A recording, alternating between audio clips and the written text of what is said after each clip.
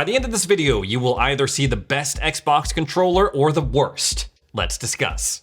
What's up guys, welcome to another edition of Xbox Ready. For this upload, I'm gonna be talking about the Elite Series 2 controller. The Elite Series 2 are a pro line of controllers that Xbox puts out. They're very similar to a standard Xbox controller, except they have a few more bells and whistles. You can put paddles on the back, you can change out your thumbsticks, your D-pad, you can adjust the tension on your thumbsticks, you can adjust the rumble sensitivity. It comes with all sorts of or customizable features geared towards someone who wants to elevate their gameplay and have a certain level of customization not available to the rest of the peasants. And if you yourself haven't played with the Pro controller, whether it's the Elite series, whether it's a Scuff, whether it's any of these other controllers out there on the market, it's great for shooters because you don't have to take your hands off of your thumbsticks. You can just remap your front buttons to these back paddles, and you would think that these Pro controllers, the Elite Series 2 that Xbox puts out, that they're the best that Xbox has to offer. Of course, it's a first-party product,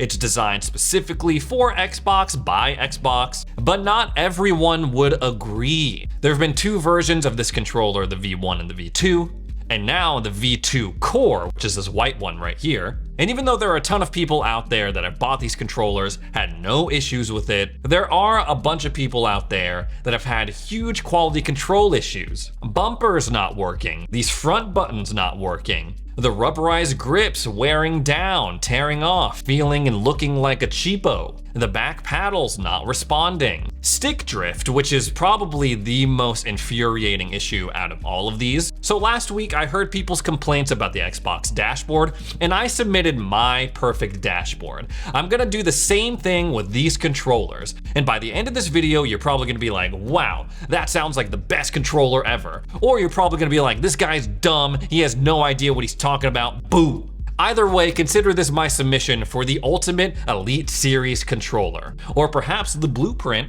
for the Elite Series 3. So my overall thoughts on the Xbox Elite controllers are, you know what? Maybe we don't need as much customization as we think we do. That's kind of Xbox's whole angle when it comes to these controllers. I'm thinking about the PlayStation DualSense. Now I know this is an Xbox channel, what the heck is this guy doing talking about a PlayStation controller? But I really enjoy that controller. I feel like a lot of people out there also enjoy that controller. I feel like it's the best thing about the PlayStation 5, let's be honest. And looking at that controller, people don't like it because they can customize it however they want. They like it because of its onboard, out-of-the-box features. The haptic feedback, the microphone speaker built into the thing, the adaptive triggers. So I wonder if there's a scenario where Xbox is like, okay, rather than giving a million options, let's dial in on a few and make sure that the experience is preem.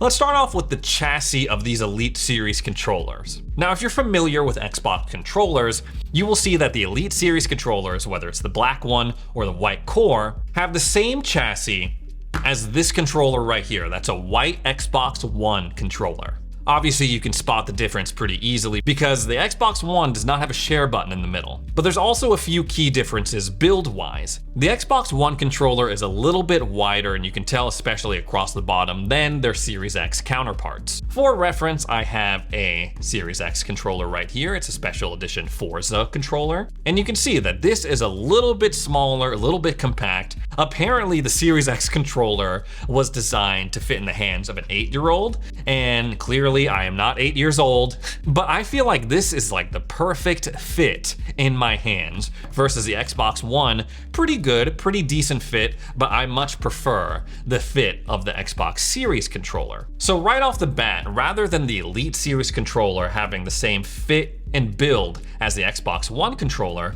I would like it if they had the build of a Series controller. Second on my to-do list is these rubberized grips. You see, for this Forza controller, you have a very colorful front plate that's meant to simulate the festival in Mexico that takes place in Forza Horizon 5. And then you turn it over, you have the rubberized grips on the back. And I gotta say, at the time when I first checked out this controller, I was like, oh my gosh, rubberized grips, that's so cool. It feels premium. It feels like I'm grabbing the steering wheel of a car. That's awesome. They also have sort of rubberized grips on the 20th anniversary controller, and I enjoy that a lot as well. So you would think that the rubberized grips on the Elite Series controller is something that I would be totally down for. And I gotta say, sure, they feel premium versus when you're grabbing just plastic, but do they really elevate my game experience? Like, is it really worth it? Because along with these rubberized grips, I feel like have come a lot of problems. A lot of people have reported, hey,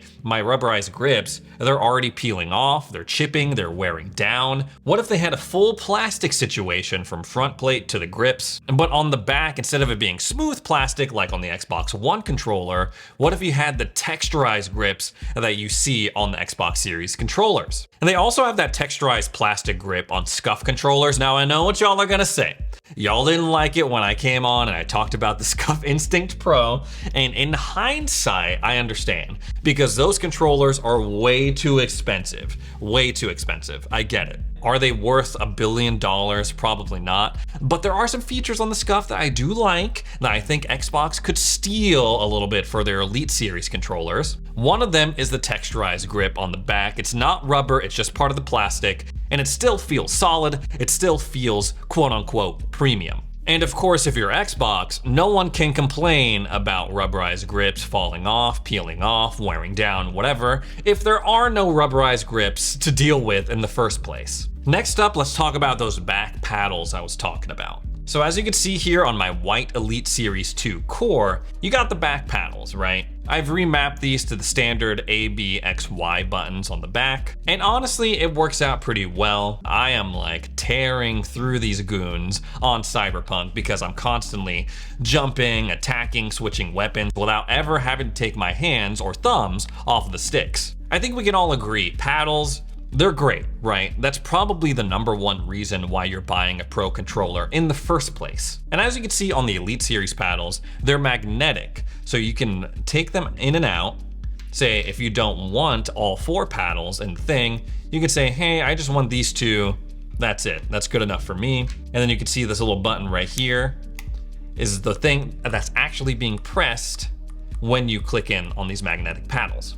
This is the first part where I'm saying, forget the customization. So instead of having these back paddles, they're magnetic, they're interchangeable, why not have something on board that's more permanent, like back bumpers like you see on the Steam Deck or on the SCUF controller? With these magnetic back bumpers, they always sort of feel like, oh, they're on the verge of falling off. They never will, obviously. And because they're magnetic, you never know, 1 or 2 years down the line, if they're not gonna be as, what do you call it, like sticky, as powerfully magnetized or whatever you wanna call it. If instead you just had back bumpers, I feel like that would last a lot longer, it would feel a lot more solid, and it would still serve the function that you're looking for when you want those extra back paddles, extra buttons. Next up, let's talk about the thumbsticks. Now, me personally, I don't really have a problem with the sticks. You have 6 different stick options if you choose to buy the accessory pack or the standard black Elite Series 2. But again, I'm not here to talk about the customization, right? I'm here to talk about stick drift, which is apparently a problem that a lot of people have been having with their Elite Series controllers. I personally have never run into that issue. The only controllers that I have experienced drift with are the Joy-Cons. But what if I told you you didn't have to deal with that? You didn't have to worry about stick drift. I'm talking about Hall effect sensing joysticks, or in this case, thumbsticks. Hall effect sensors are basically little magnets that go into a controller that suspends the stick and eliminates friction. So there's no grind, there's no wear, and there's no dead zone, apparently. Now, I don't know if there's a trademark on this technology or a patent that is preventing Microsoft from using it in their own controllers. It could serve as a preventative measure, if nothing else. This technology has actually been around for a while now, since the Sega Saturn. Now, of course, my explanation of the Hall effect is very basic. If you want more info about it, I have a link down in the description below that you can check out. As far as I know, the only controller that has Hall effect sensors is the GuliKit King Kong 2. And honestly, that thing kind of looks like a knockoff version of an Xbox controller anyway.